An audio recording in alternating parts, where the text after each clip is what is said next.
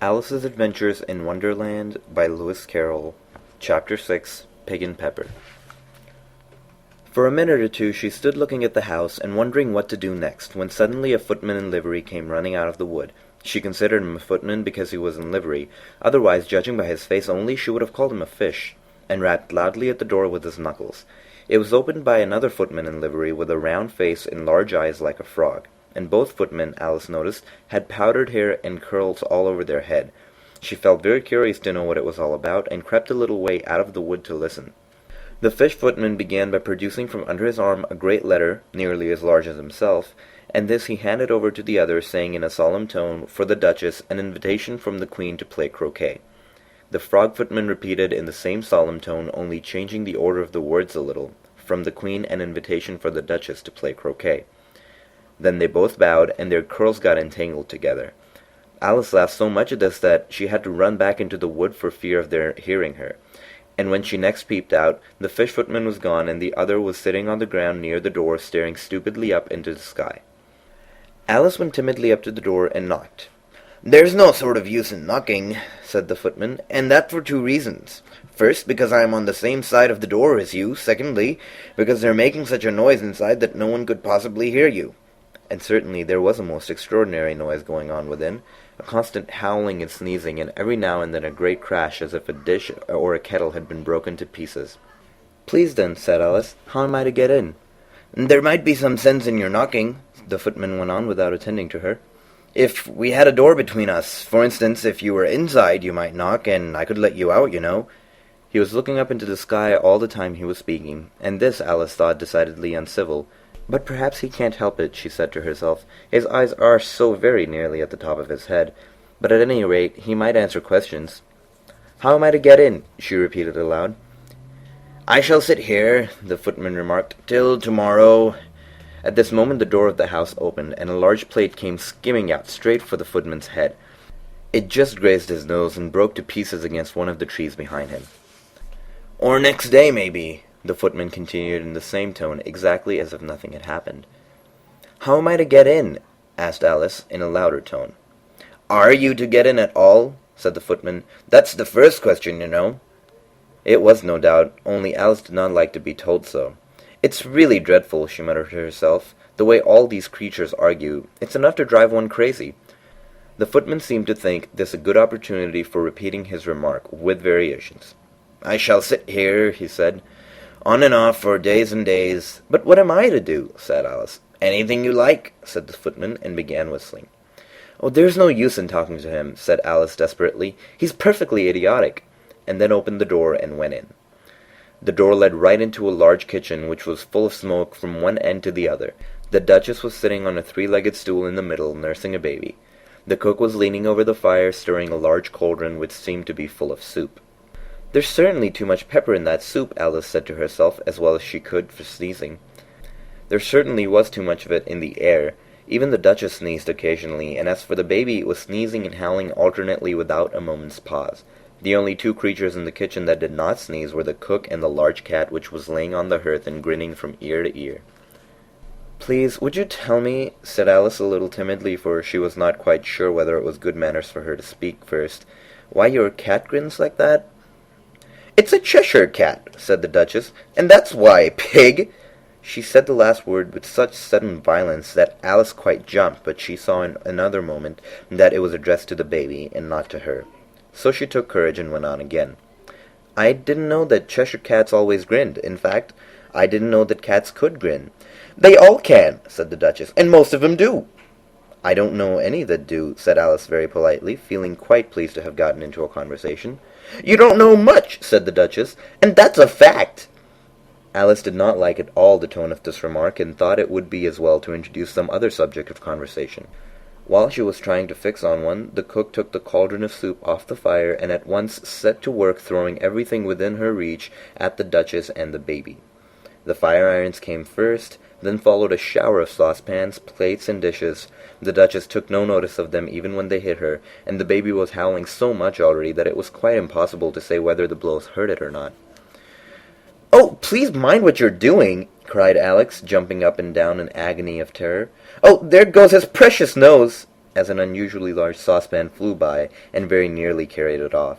"If everybody minded their own business," said the Duchess in a hoarse growl, "the world would go around a deal faster than it does." "Which would not be an advantage," said Alice, who felt very glad to get an opportunity of showing off a little of her knowledge. "Just think of what work it would make for the day and night. You see, the Earth takes 24 hours to turn around on its axis." "Talking of axis," said the Duchess, "chop off her head."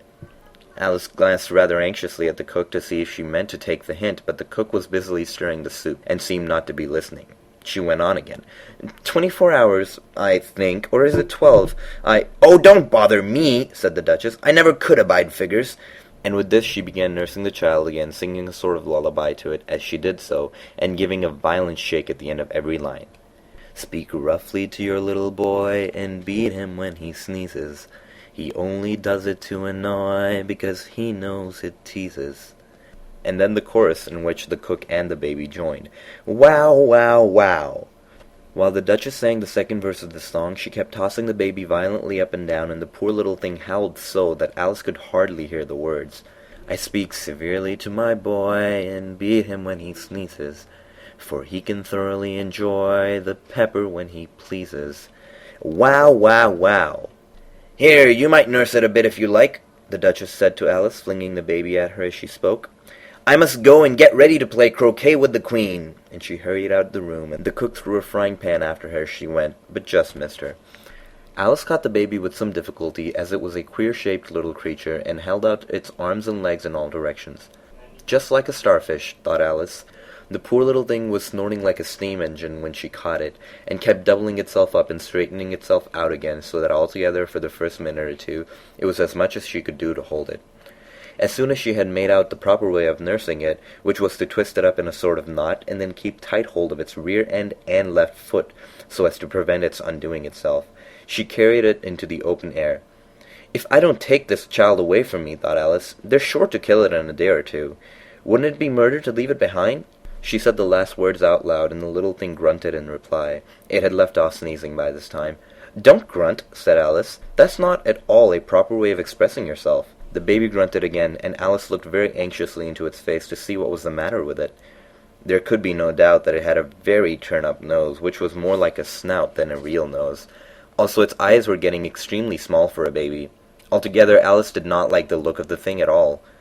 "But perhaps it's only sobbing," she thought, and looked into its eyes again to see if there were any tears. No, there were no tears. "If you're going to turn into a pig, my dear," said Alice seriously, "I've got nothing more to do with you. Mind now!" The poor little thing sobbed again, or grunted, it was impossible to say which, and then went on for some while in silence. Alice was just beginning to think to herself, "Now, what am I supposed to do with this creature when I get home?" when it grunted again so violently that she looked down into its face with some alarm.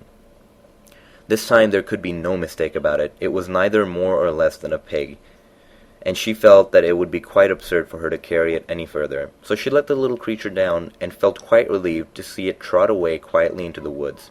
If it had grown up, she said to herself, it would have made a dreadfully ugly child, but it makes a rather handsome pig, I think.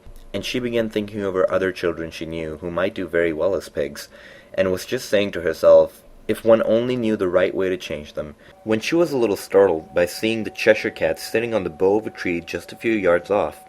The cat only grinned when it saw Alice, and it looked good-natured, she thought. Still, it had very long claws and a great many teeth, so she felt that it ought to be treated with respect.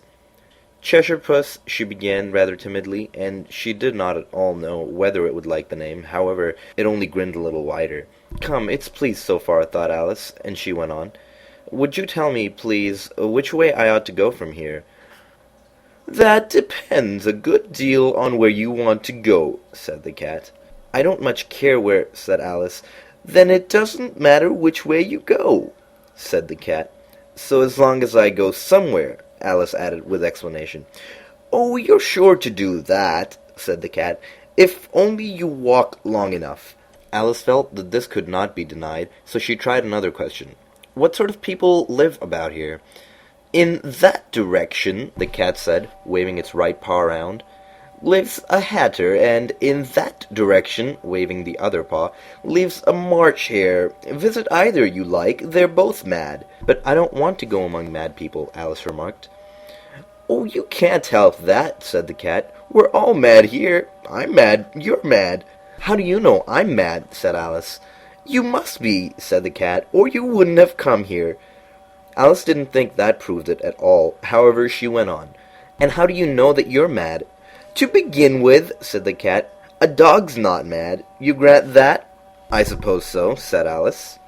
"Well then," the cat went on, "you see, a dog growls when it's angry, and wags its tail when it's pleased. Now, I growl when I'm pleased, and wag my tail when I'm angry. Therefore, I'm mad."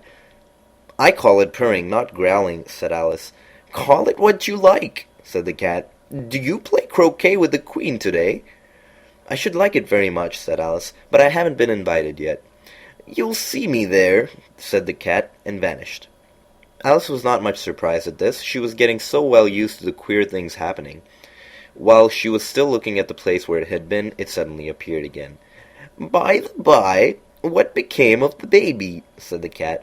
"I'd nearly forgotten to ask." "It turned into a pig," Alice answered very quietly, just as if the cat had come back in a natural way. "I thought it would," said the cat, and vanished again.